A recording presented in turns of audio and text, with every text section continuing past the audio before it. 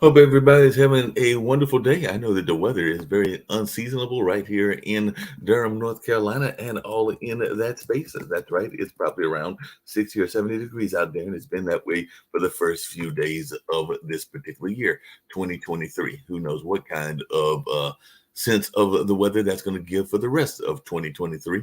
And I know a lot of other things are happening in the world as well. Also, we're trying to figure out when we're going to get a Speaker of the House and all in that space because apparently McCarthy has fallen for a third day in his GOP House Speaker fight and all of that. So we're going to see what happens in that situation and whether we have any sort of radical way of it being solved or what goes on and whether that ever happens or not. And of course, the president of ours, as the current one that's in office, has managed to fumble during a speech. Yeah, that was in the news again. Are we actually surprised by these news items or as well? Because apparently he did not know what the Title 8 border laws were, and he also mislabeled the CBP and all in that space. So definitely that is something else going on in the news and definitely things in that space. So it'll be interesting to see what happens in that regards. And if folks start paying attention more to his health and his state of being and all in that way. And in terms of court cases, there have been a couple of interesting court cases. I know that I think it was a couple of days ago, a MAGA hat or one of those MAGA hats was actually ruled as being perfectly fine and all in that space. I believe that was one of the Supreme Court cases I saw like back on Monday or Tuesday. And now the South Carolina abortion law has been deemed unconstitutional by that state's Supreme Court. So that's one of the things that happened. So the U.S. court has struck down the South Carolina abortion ban, and I'm curious to see if that means that we've got to go back in and maybe make a new ban or new regulations within that ban and all in that space. So it'll be interesting to see what folks have to say about that as well.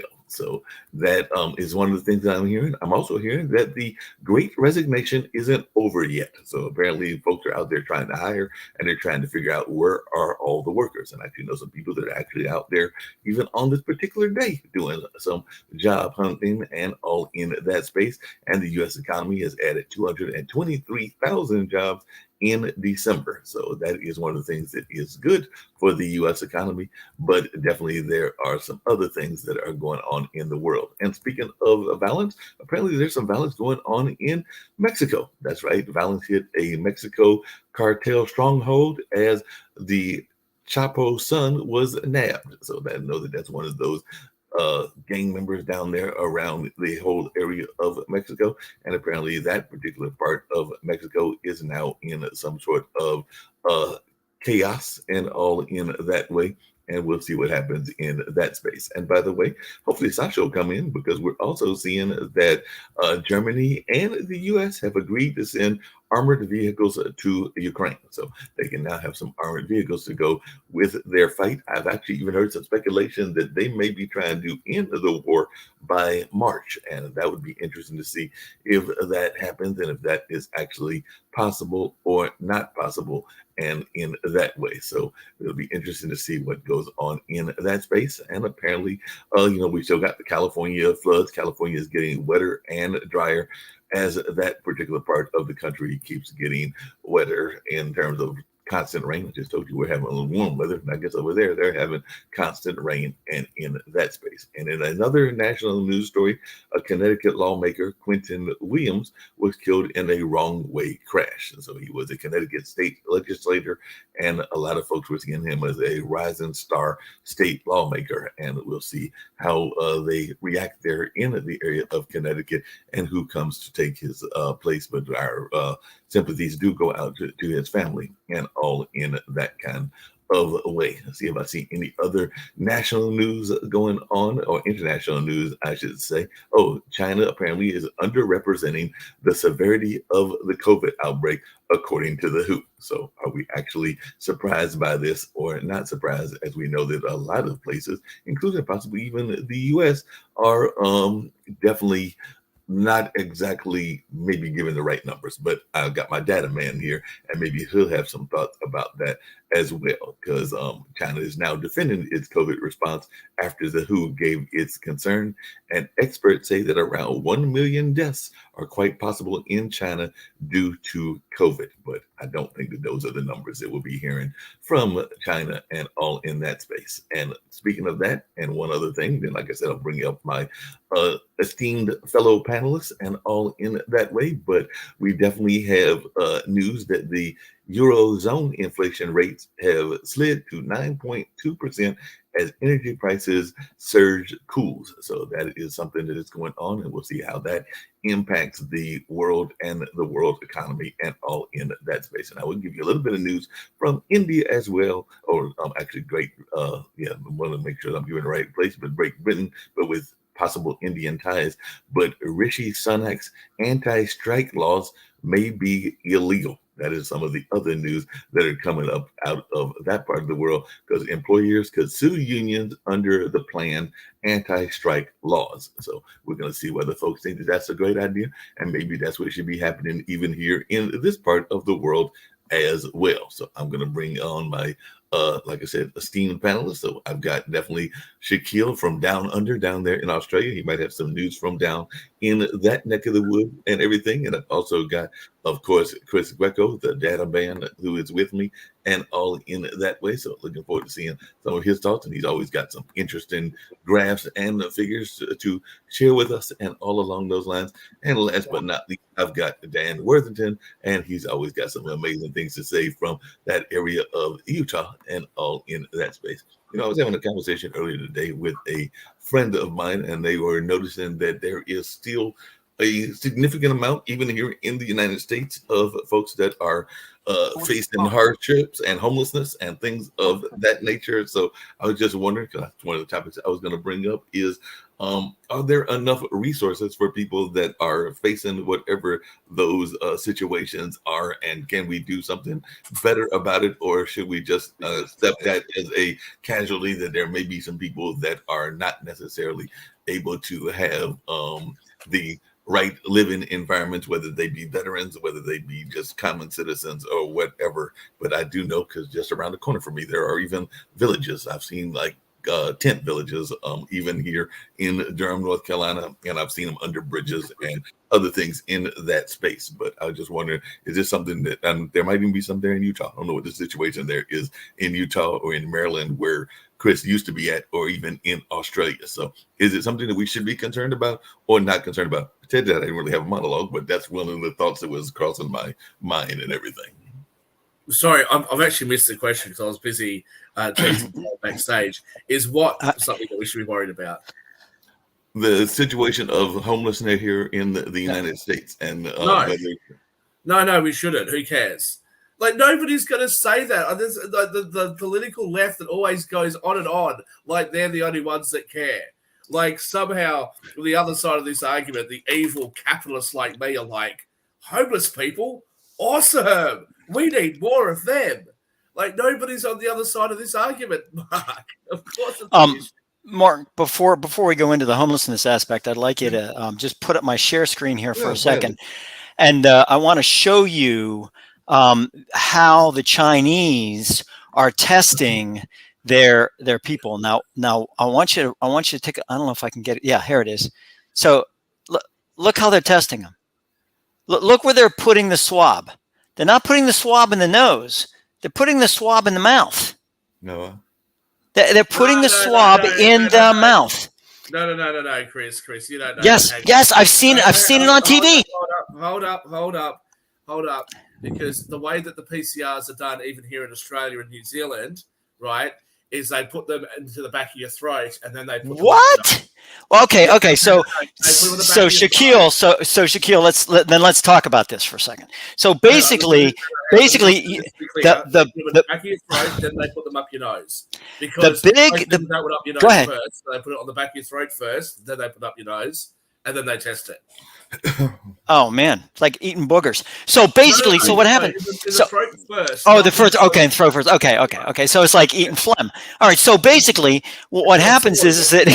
So I mean, but we in the United States, do not do that. As a matter of fact, if you put it in your mouth, if you put it in the back of your throat, it's considered a non-valid test. Yet there have been people that have been putting it at the back of their throat.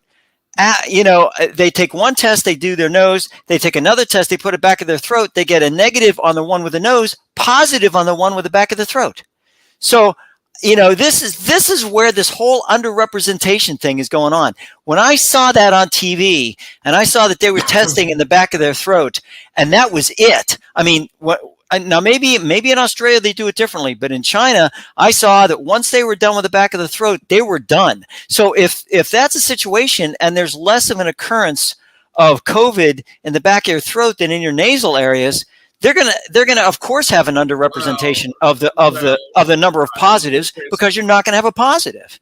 Chris, I think there's different types of tests and there's different efficacies of things. It's like comparing, it's like comparing the breathalyzer to a blood test to determine whether somebody was a drunk driver or not. I mean, there's just different testing methodologies. I mean, if your claim here is that it doesn't happen in America, therefore it shouldn't happen anywhere else. I mean, lots of things don't happen in America. For example, the word is herb, not herb. So the fact that you guys forget there's a H in the bloody word doesn't mean that there isn't actually a H in it. Well, I do have some good news for you, Shaquille. I do have some good news. So if you put up my share screen again, please, if you would. Okay.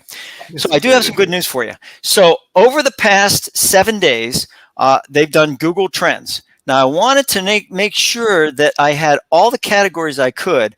So I compared Kevin McCarthy, Damar Hamlin, Russo-Ukrainian War, and Shaquille Latimer. Now, I have to tell you that I'm sorry, but Damar Hamlin is way up there. But I want to show you. Wait a minute now.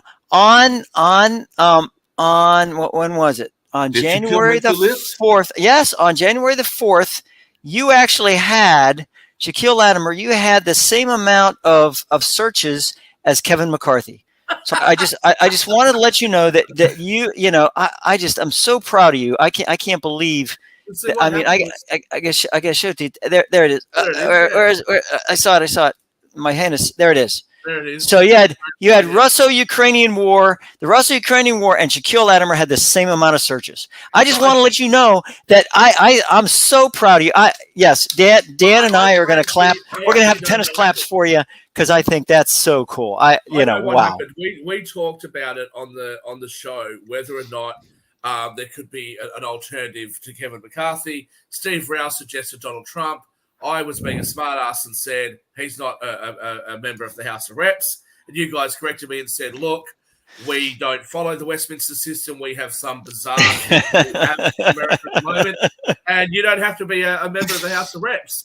So I think what happened was, after I said, well, maybe I should be the speaker, the LinkedIn viewers predominantly went, that sounds like a really good idea, and started typing my name in. I think that's what happened. Yeah, I'll tell you, I'm going to tell Sasha, more than the Russo-Ukrainian, just as much as the Russo-Ukrainian War on that day.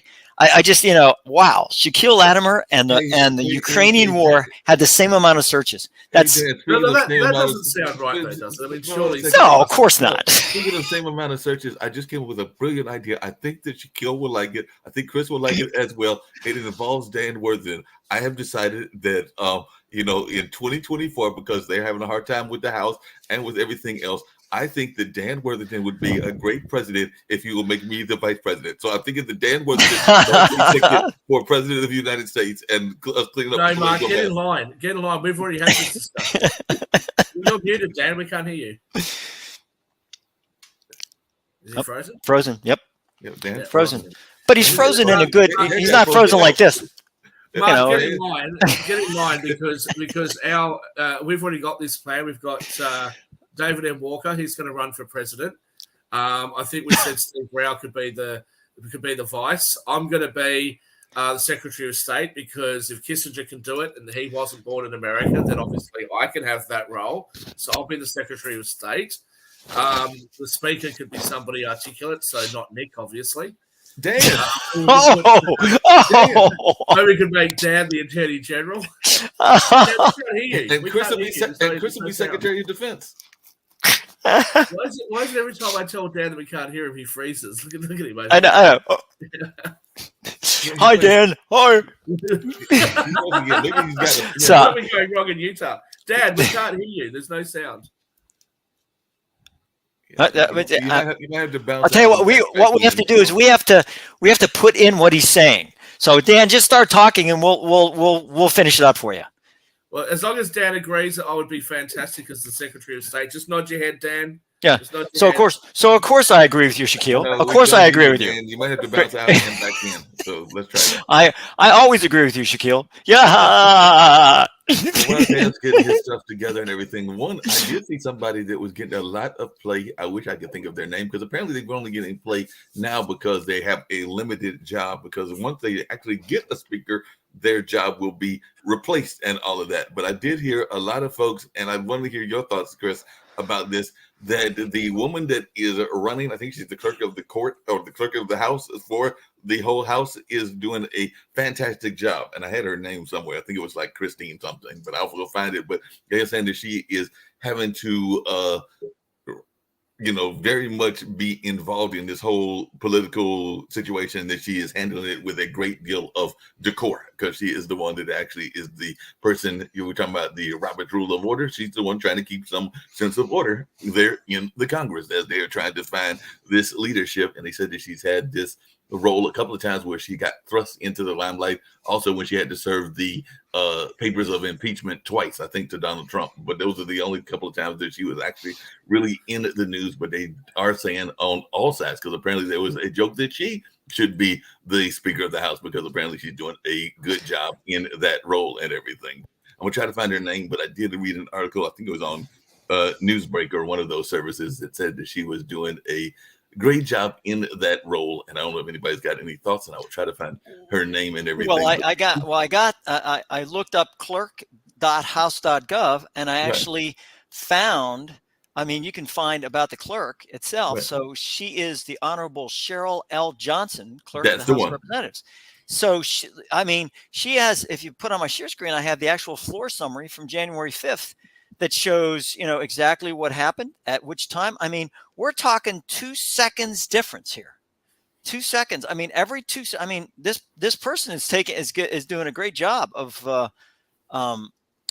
Mr. Scalise moved that the House do now adjourn at 7:51 p.m. You guys should be forced to sit there and go through this crap all night, every night until you get it right. I mean, this crap about, we got to have 11 votes and, roll call 13, election of the Speaker, 13. Because you're Italian, you're obviously Roman Catholic. That's what I'm going to go with here. Scene at the end of the Da Vinci Code, right, where the Pope passes away and all the archbishops have to sit there. And they're basically locked in this chamber until they agree on who the new pope is going to be. Yeah, I actually think that locking all the politicians up in a room and leaving them there forever until they agree, I think that actually sounds quite good. I mean, not just American politicians, any politicians. Lock them all up in a room and don't let them leave. Yep. Until they can agree on something. Sequester them like a freaking jury, and you get in there, and I'll tell you, give them toilet breaks, and water, Chris, but we're going to sequester them with food, or we're going to let them not have any amenities? Because I'm thinking that they might have some wonderful amenities and all that. I think they should be sequestered, and maybe you'd have to deal with some vermin or something while they're in there. Yeah. Well, they had to have their heads put with that thing with a rat in there, and they. Can't deal. I think that works. If we're talking about locking the politicians up, they can't deal with vermin. They are the vermin, right? So what I'm suggesting is that's pretty true. You do provide them with water, but you provide that you give them the Flint water, right? Give them water from Flint. Give that to them. Give them food from areas of America where the food supply is not great. Feed them that, and just say, "Look, guys, you're going to have to live like the school lunches." Guys, did you see this? Wait a minute, I got to show you this. Look at this. Roll call 11. Mr. McCarthy 200. Mr. Jeffries, here you go, Mark. Yeah. Mr. Jeffries, Hakeem Jeffries 212. He got more votes than Kevin McCarthy, and they're not even in the majority. Exactly. No, Chris. Hang on, Look at Chris. this. No, Chris. That's because all the Democrats are voting for Hakeem Jeffries. Yeah, but they don't have not all the 212, votes- do they? Do Yes, they have but not. Okay. Yeah. But not all the Republicans are voting for McCarthy. That's where the issue lies, right? That's what- Now, doesn't this tell you so- something? Doesn't Well, it tell you something at this point? it tells you a lot of things. One, that they're suggesting that perhaps people like Jim Jordan might have a go. I couldn't see it personally, but okay, Yeah. that might Yeah. work. But let me just say, I think it's quite telling because Donald Trump actually supported McCarthy as the speaker. Mhm. And so for anybody who thinks that whatever Donald Trump says goes in the Republican Party, that's clearly not the case. And I think the Republican Party is moving away from some of that. January 6th, the election was fraudulent. That rhetoric isn't working. It hasn't really played out in the election either. People like Carrie Lake didn't do as well as she thought she would. So that's not. Well, that's because they cheated. That's- Who got the that's one not- vote? That's not Who got working one as well vote? for Look, for them, and a lot of Trump got Donald a Trump's vote? candidates didn't do so Trump. well in this last midterm election. So I think the Republican Party, you're saying, Can you hear me now? in the We Yes. hear you now, Dan. I think we can see that in the really hard red areas, there's a little bit of a backlash against McCarthy, but you're also seeing some more moderate Democrats that are like, maybe we need to take the party a different direction. It's probably a good time for them to be doing that, so they're ready to be unified behind something before 2024. Yeah, that makes Dan, a you lot were of going to sense. say the question was whether I should be the Secretary of State. Yes, definitely. Yeah, I think that's true. I don't want to be I don't want to be associated with federal government. Thank you very much. I can be an advisor though. So if David Walker becomes president, you will be his lead advisor. Is that No, not lead advisor, because I think that David deserves better than me. But I can be an advisor. Well, speaking of advisors, and I was going to get to, I'm glad Sasha's here and everything. I was going to get to some of the things that are going on in that part of the world, because apparently in a brilliant move, and I know that he's got some allies that are on this particular side of religion and politics and all of that. But Mr. Putin has decided that he wants to have a ceasefire because he wants to honor the Orthodox Church. And I do know that he has an ally, I guess. What a within the Orthodox bunch Church. of bull crap. He had last Easter to do everything he could to bring a ceasefire, to do whatever he needed to do. And what did he do? He kept attacking on Easter. Don't tell me this guy all of a sudden has a change of heart. What he wants to do is, as the Viet Cong did and the North Vietnamese did in Vietnam War, is they pull this bull crap about ceasefire so they can reconfigure their troops. They can restructure them, do whatever they need to do, pull them out, put them in, whatever is going to happen, put some more in Bakhmut, which is hilarious because this village has 9 buildings or something. I got it on the map here. But I mean, basically what happened is that they're doing it. Putin is a hypocrite. I mean, first of all, the guy, I think you're right. I think you're exactly right, Sasha. I think basically the guy is like a Napoleonic figure. Next to Erdogan, the guy's a midget. So you have a situation where he's trying really hard to make Lollipop guild, right? That's how you really feel, Chris. Yeah, but I mean, this guy's talk about hypocrite. So And, there's Sasha- Bakhmut right here. I mean, they're fighting. They are fighting house to house, and these guys are taking a lot of beatings from this. Just to take this kind of small town. And why strategically they're doing this, I kind of get, because there's some major roads that go right through here that they're trying to take, but they're not going to be able to take the roads until they take the actual area. And now Russians are saying, "Oh, we've taken Bakhmut.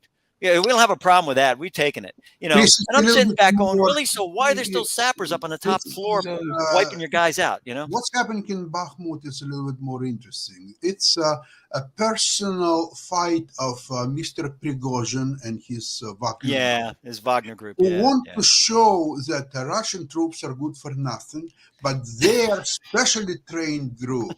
They are going to show how we need to fight. So what's happening? Assassins. Yeah. That he's providing his meat of his trained soldiers, which are supposed to be pretty good. Dobermans. He's bringing them in droves. So he brings 300 to defend some kind of a territory. They're all being killed. He brings another 300 to the same place. So Ukrainians, they even don't have to change anything. They just have to keep shooting the same direction, the same ammunition, and they keep killing them and killing and killing. That's what's happened in the Bakhmut. I mean, it's 11. It's 11 square miles. They can't take 11 square miles. No, they can't. take that. I mean, they're trying like hell, but they're not getting there. They're not So- getting there. I'd like to say something here though, because I think for other than for Sasha, I think for the rest of us, the Ukraine's very far away. Russia's very far away. It's Oh very yeah. easy for us Who to- cares? Yeah, to really. think about this in the terms of it's happening to somebody else. Merry But you Christmas, look by at the that- way. you Sasha, look at that if map. you do Russian Orthodox. Thank you. You look at that map, and that's a city that's very similar. Just looking at it from the satellite, right? Yeah. That looks like a city that's very similar to a city that any of us could be living in our own countries, and it's surrounded by what appears to be rural farmland. We all know of places like that in our own land, and that's the thing, that there's just everyday people that are trying to go about living their lives that have been attacked here. We said yesterday on the show, and I think I didn't quite get a chance to respond to it, that Vladimir Putin is saying, well, I'm prepared to enter into some sort of peace negotiation or a negotiation to end the war on the condition that the Ukraine does this, this, and this. Right. No, you're missing the point, dude. Get your ass out of there, right? Get your ass out of there. And I would say to even people in some of the more right-wing media that would suggest that, well, Vladimir Putin, there was this issue with the eastern parts of Ukraine that really felt that they were Russian and that, the Ukrainians were treating them badly. Look, you may feel that way, okay, but what you don't support is another country invading the sovereignty of another country. All right, it's just not on, and so I don't think that there should be any compromises at all. I think that the Ukraine and the West, more especially the West, should say, look, you must give territorial integrity to the Ukraine, and if there are regions of the Ukraine, if it really is true that there's regions of the Ukraine that would rather be part of Russia, let there be some sort of democratic process that's overseen by the international community. But going in there and attacking the Ukrainians and then saying, well, look, I've decided, because I'm such a nice guy, that we're going to have a ceasefire. Now that we're sort of losing, let's have a ceasefire. No bullshit. Well, we're losing too many people. Go ahead, Dan. Yeah, Go ahead. Yeah, we're losing too many people. Let's have a ceasefire. Yeah, right. Yeah, So that's what let's go to It's the been map like- just for a it's been like second, the because I think this Democrats, is important. We seem to be losing. We seem to be losing. Yeah. Let's compromise. Yeah. Oh, of Um, course. And We now can all of a think sudden- about it some more. And now Yeah. all of a sudden, the Republicans are sitting there going, "Oh shit, we couldn't win back the Senate. We've barely got back the House. We can't elect a speaker. We're going to lose to the wokesters. What are we going to do?" Well, maybe Yeah. they should get their heads out of their asses and one, be a little bit more realistic about their plans, and Yeah, two, agreed. maybe they should actually have a plan. Rather So than I just want- poking holes in what the Democrats have as a plan, maybe actually talk about how you're going to do it better. And I think So- the Republicans so I have wanted done a to- very poor job of that so far.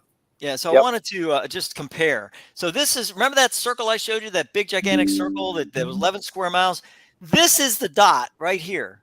That's the dot that basically is what the Wagner Group or the Wagner Group or whatever it is, that's what they have. This is Ukraine. This is Ukraine. This is the Wagner Group. Let me do one more time. Ukraine, Wagner Group. There it is. So congratulations, guys. You took Bakhmut. Congratulations. I am dadgummit. Chris, That's a great Chris. strategic deal. Yeah. Chris, can't they go onto Google Maps, pinpoint that, and blow the hell out of the Wagner Group? Well, the problem is that the Ukrainians are there. That they can pinpoint Bakhmut. Yeah, sure, and they can blow the hell out of it. But the problem is there's still Ukrainians there in buildings. I thought Yeah. the Wagner Group would go into a weapons dump and stay there so that So they could be sitting ducks, as the old expression goes, and everything. And Yeah. Shaquille, you're gonna love this one. Let me just sort of reinforce Dan's point though, because there was a lot of criticism leveled at the United States for, like under Obama, for example, for the drone strikes that took out some civilians. Mhm. There was a lot of criticism, even under other presidents and other military leaders, about drones not quite working. But we haven't heard very much about drones in this conflict. I've found that since this conflict has happened, I found that quite odd. Why are the Ukrainians not being provided with them? Or if they are being provided with them and we're just not being told that, that's fair enough. Well, they are. And I also note that yesterday, it's been reported that both the United States and Germany have agreed to send military vehicles and I mentioned that in the infantry tanks and over there. everything. Yeah. So. No, I mentioned that at the beginning and all in there, and they did say Before that. I respond, Mark, Chris, why is there not drones? Why aren't we hearing about drones being used over there? Because surely Drones are being used. Yeah, drones are being Well, that's the drones being used by the Russians or the drones being used by the Ukrainians. You got to remember that here's the difference in that whole situation. The Russians are using Iranian drones that are basically they just plug in a GPS and let it rip, right? The Ukrainians are using HIMARS and they're destroying stuff. I mean, that hit on that ammo dump was by a HIMARS. That was straight out of I'm just going to load this baby in and let her rip, and they did, and they destroyed that thing with a one-shot deal. So I mean, the Russians have drones and the Ukrainians have HIMARS. So as long as they have HIMARS, which is 70 kilometers, they can go ahead and hit whatever they want. But I'll tell you, they're using drones in specific areas. Like the Ukrainians used a drone, although they don't take credit for it. They used a drone. I think conjecture. I think they used a drone against the airfield, the Engels airfield. I mean, that thing had blackjack bombers and everything else. I think they hit a Tu-94, Tu-95. I think they hit a Tu-95. But I mean, this thing is just they're changing up their weapons use, which is really good. I think it's a good idea. They're not even foreign produced drones. It's Ukraine. No, they're not. They're not foreign produced. They're certainly not Iranian drones, which are basically wings with a freaking GPS on it and a high explosive HE charge on it, and that's pretty much what they have. I mean, what they're doing, what the Russians are doing, is high tech V2 rockets. Basically, they're taking, for all the denazification they're talking about, they're using Nazi techniques of terror and basically attrition to try to terrorize the Ukrainians. And I'll tell you what this is doing. It's pissing them off. The Ukrainians are even more pissed off than they were in the beginning. I mean, if Putin ever achieves what he achieves, which he's not going to achieve it, and that is taking Ukraine, he's got an entire population of how many million partisans. I mean, he's going to have to deal with people shooting at troops from tops of buildings from now till the day that they withdraw. It's going to be like Afghanistan. Sasha, Russia is a monstrous-sized country that shares borders with many countries like Finland and Estonia and those sorts of countries. But what about some of the countries that are not talked about as much, less powerful countries like Georgia? Georgia. Is there likely to be, do you think, any Russian aggression against them and some of those smaller nations? People talk about Kazakhstan and some of the other, I don't know them all. My geography is not so good, Uzbekistan, things like that. Is there the potential there for further fallout? Potential, yes, I would agree. But each country is different, one from another one. For example, let's see Georgia. Georgia is being ruled by Mr. Ivanishvili, who is a former Putin's oligarch and very friendly to Putin. Although Georgians, they hate Russians and they would love to have insurrections. But while Ivanishvili is at the power, it's highly unlikely.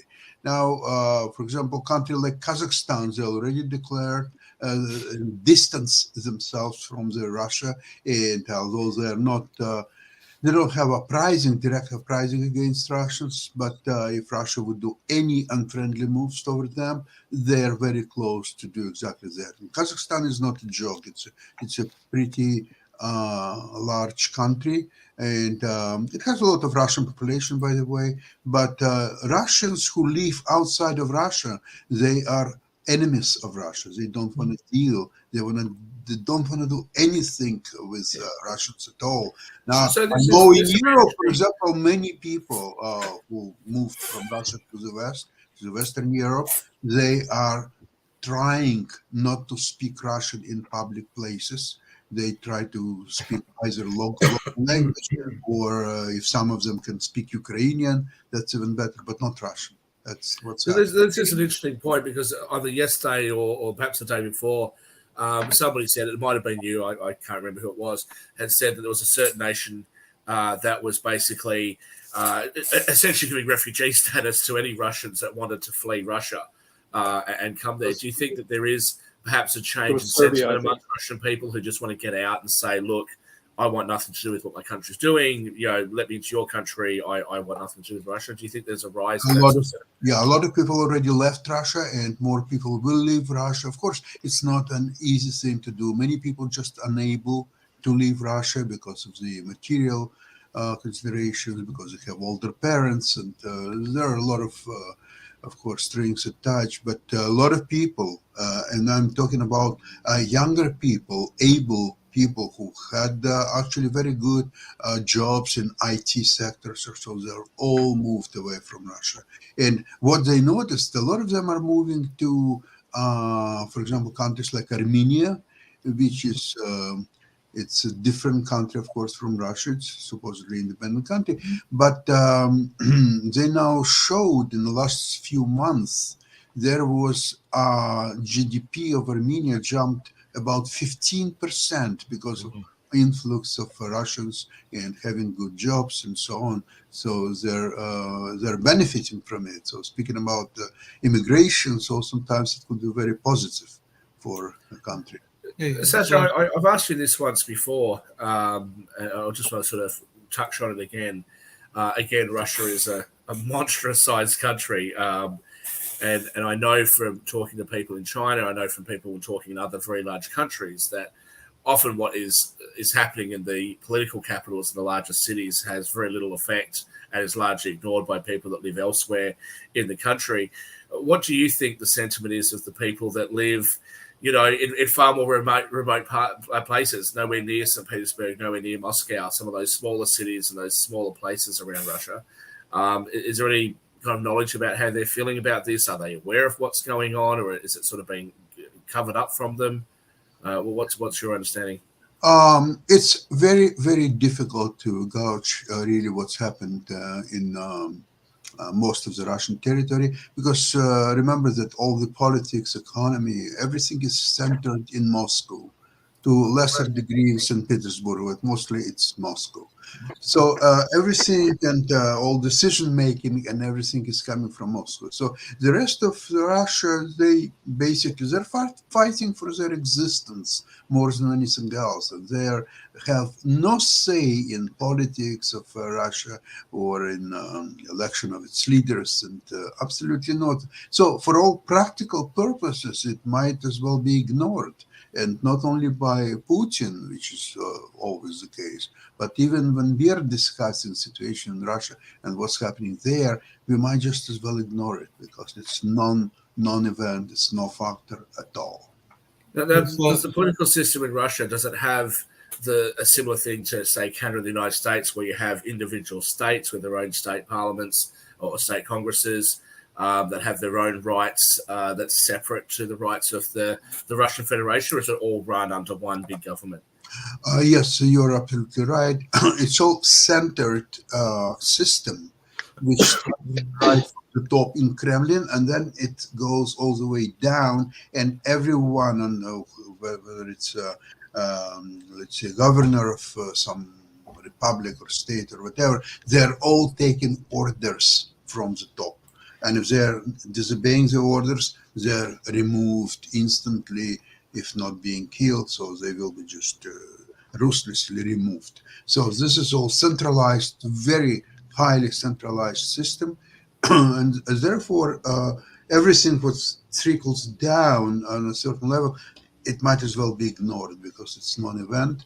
It has, the Russians have no say, and to tell you the truth, with all the propaganda going at them at 24 hours a day, I even don't think that they have any kind of say which would be different from the party line, from the whatever Putin and his crony decided to do. So, That's unfortunately Sasha, I need some help here, and I'm sorry. Yeah.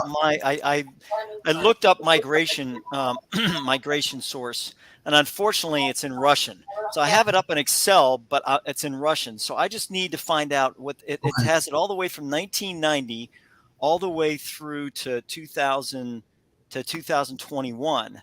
And the problem is that the column headers are all in Russian. So I have no idea what it's, I have no idea what I'm looking at. I was going to go ahead and try to go through translate, but I'm just not, I'm not doing a good job. So can you tell me which one of these columns has to do with migration?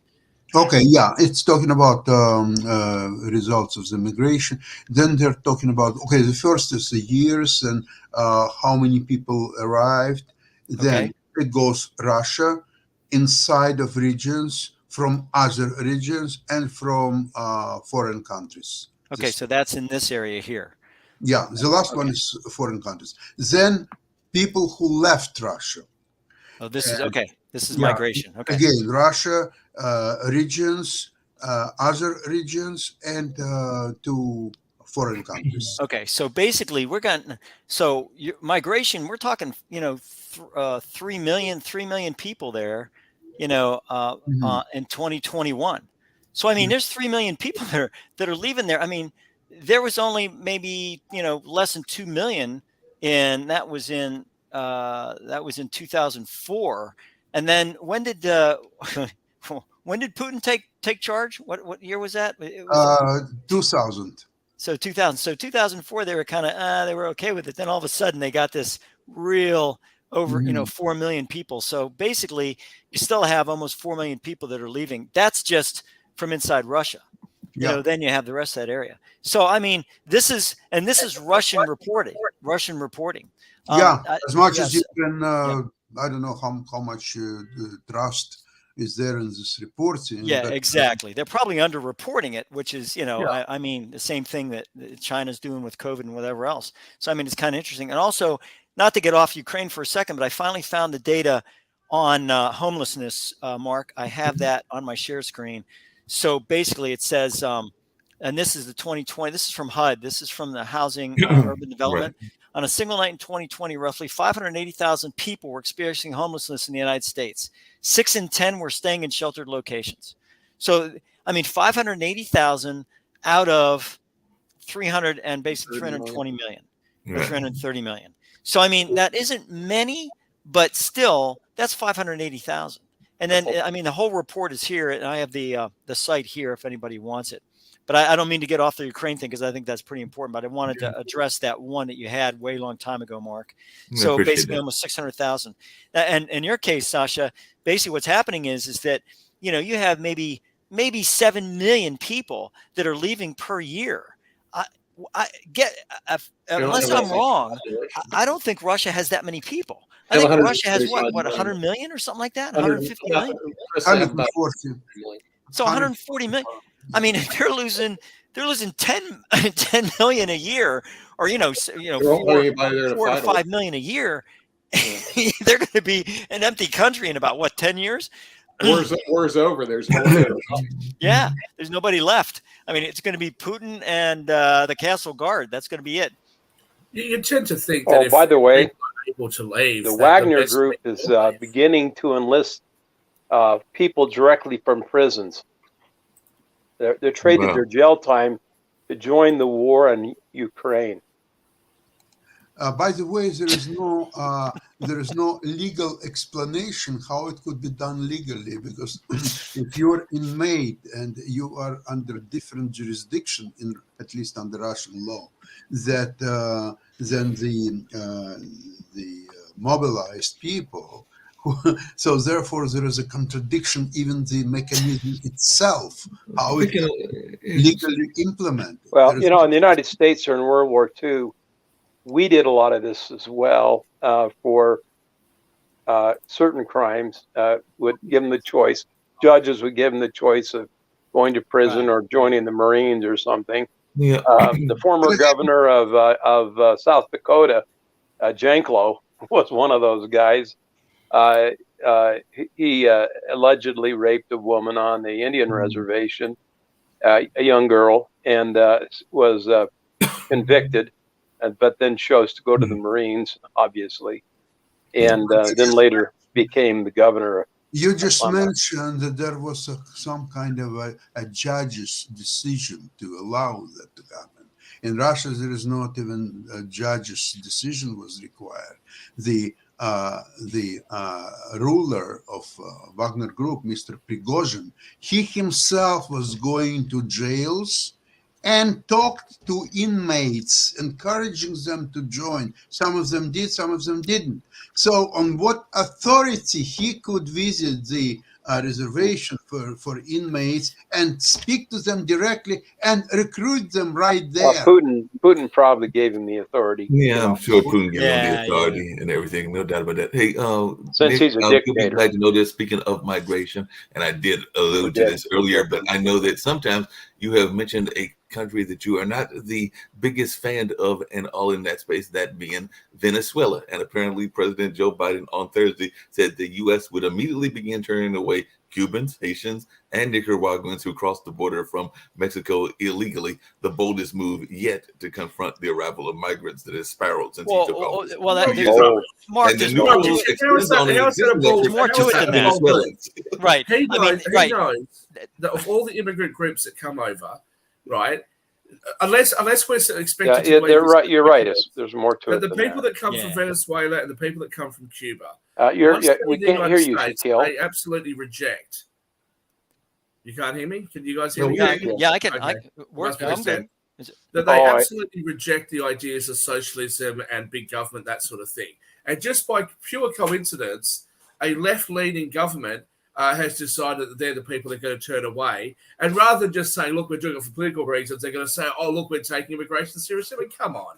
Yeah, they're not but basically what's happening is that Biden has you have an app, CBP-1.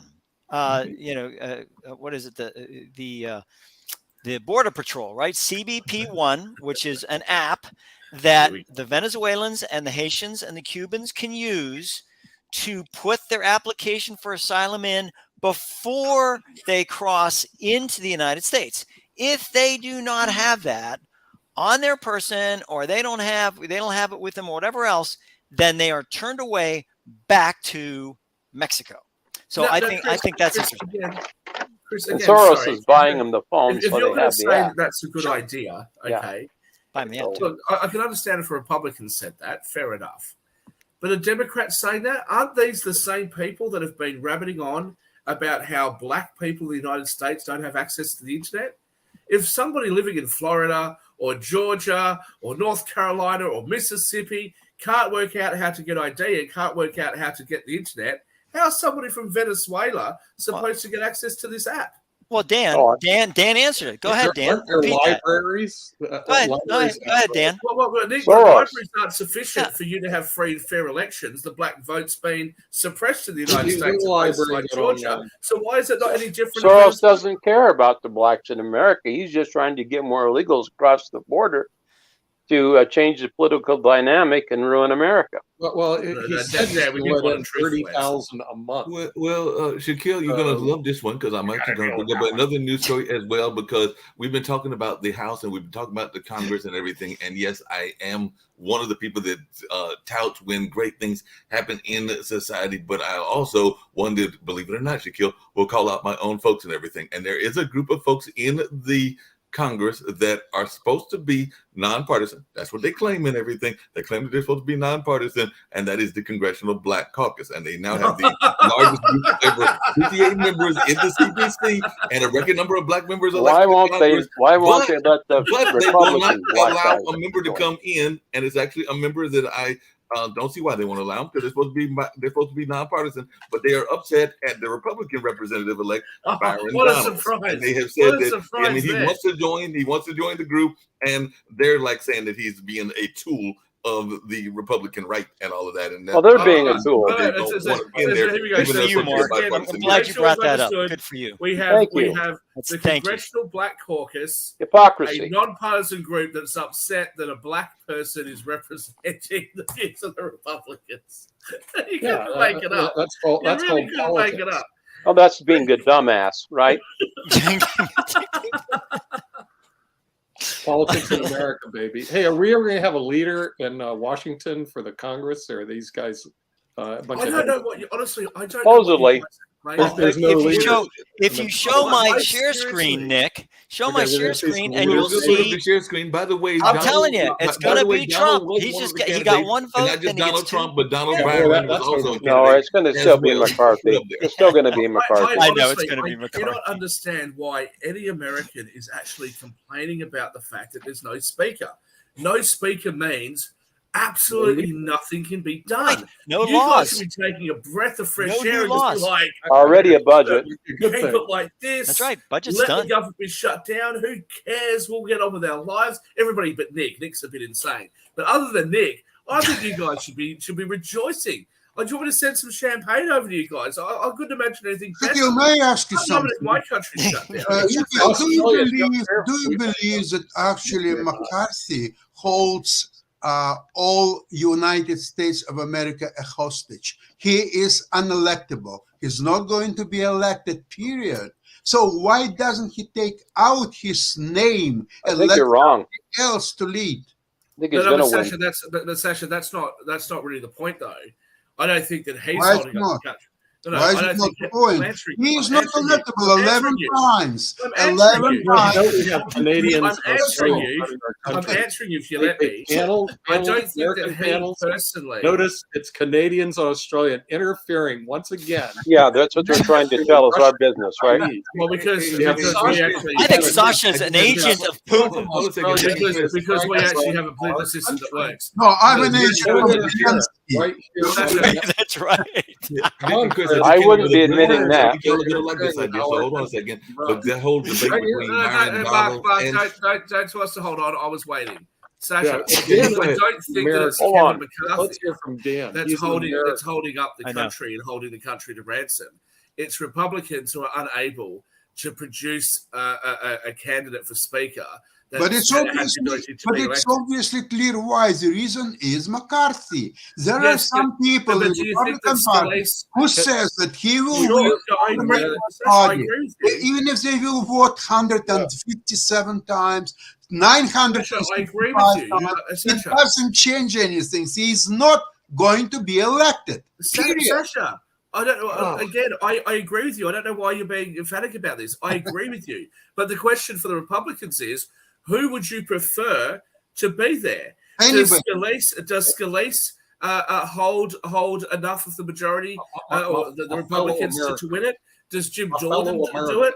I think they're in a difficult position. I have a they solution. are in difficult position, and their My position fellow gets Americans, more and the more solution for difficult. immigration. Vote. We send them to How many Australia. I agree with you. going to be 3 or 4? What do you think today?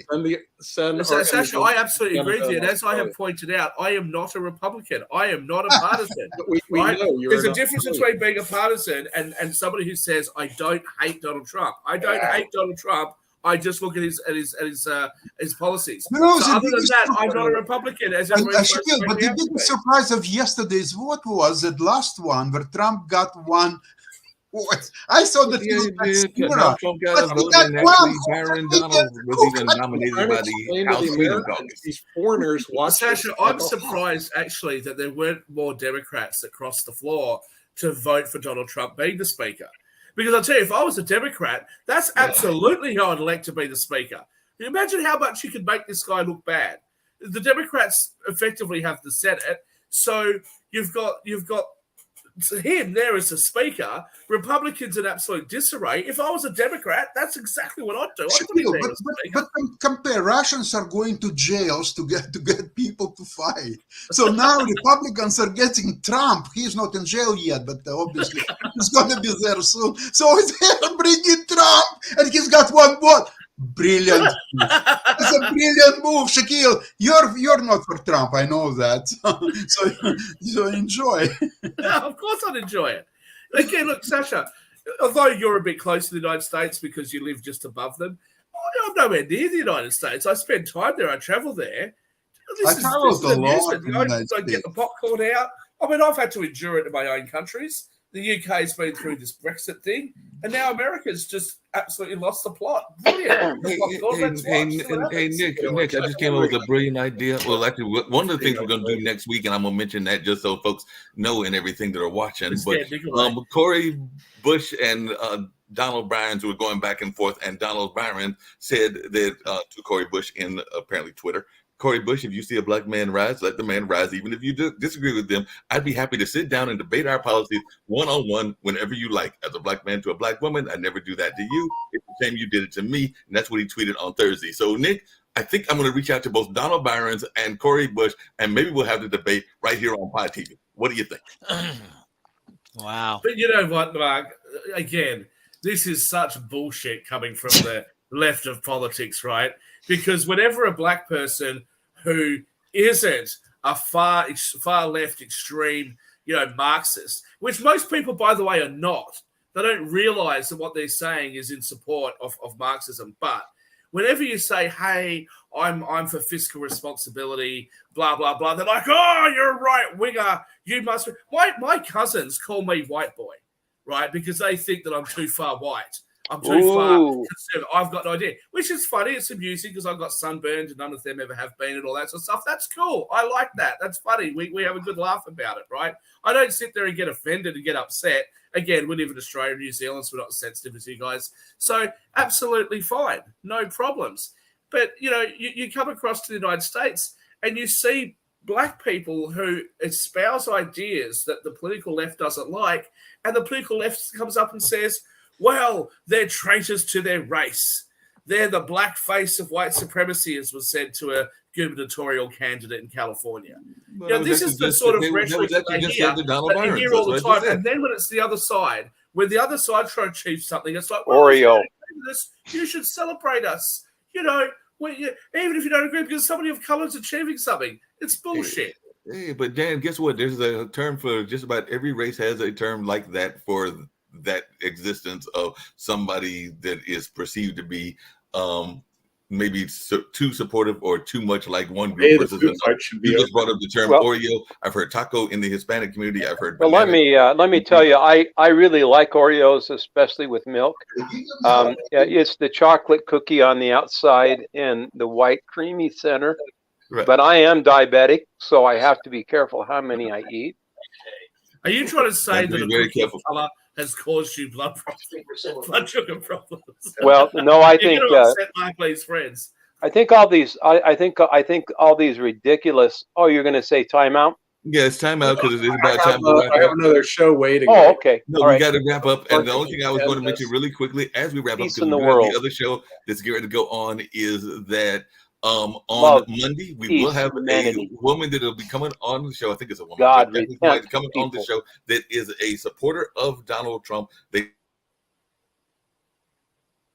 say that why they think Donald Trump is like Abraham Lincoln, and they will also tell us why Donald Trump could be re-elected. Well, he's not as tall. Election. So they will be coming to us on Monday. I've heard that confirmation from them. They will be joining us on Monday. So we're going to have some conversation around why Donald Trump should be elected and how Donald Trump like and Abraham Lincoln are something. I just want to let you know, Shaquille, Shaquille, that in the past hour, your Google trends have gone above Kevin McCarthy. You've had 100. There you are. In the last hour, look at this. The blue is Kevin McCarthy. The red, of course, is Shaquille Latimer. Look at this. He's got his family watching, right? Yeah, look at this. I mean, and all his investors. I must have been Googling from my other computer. Good for you, man. I just want to let you know. So I'll finish on that one. Hey, how am I doing, Chris? Am I trending? I'll do that tomorrow. I'll do that on Monday. I'll put Yeah, you. I kind of doubt I am, but there's a Well, who knows? possibility. Who knows? Who knows? Well, we're going to wrap this show. This has been a fun week as always. I'm glad that Shaquille is back in the mix. He's had some stuff going on in Australia, so always giving us some great conversation and all of that. But we're going to bounce on out of here, and we'll be back on Monday when we've got all kinds of amazing guests. We've got somebody's going to tell us about Dry January. We're going to have somebody talking about Donald Trump on Monday, and I think sometime in the middle of the week we'll have an animal rights activist, which I know Shaquille Latimer will love. We'll have fun with that. That's probably why people have been Googling me. Is that a good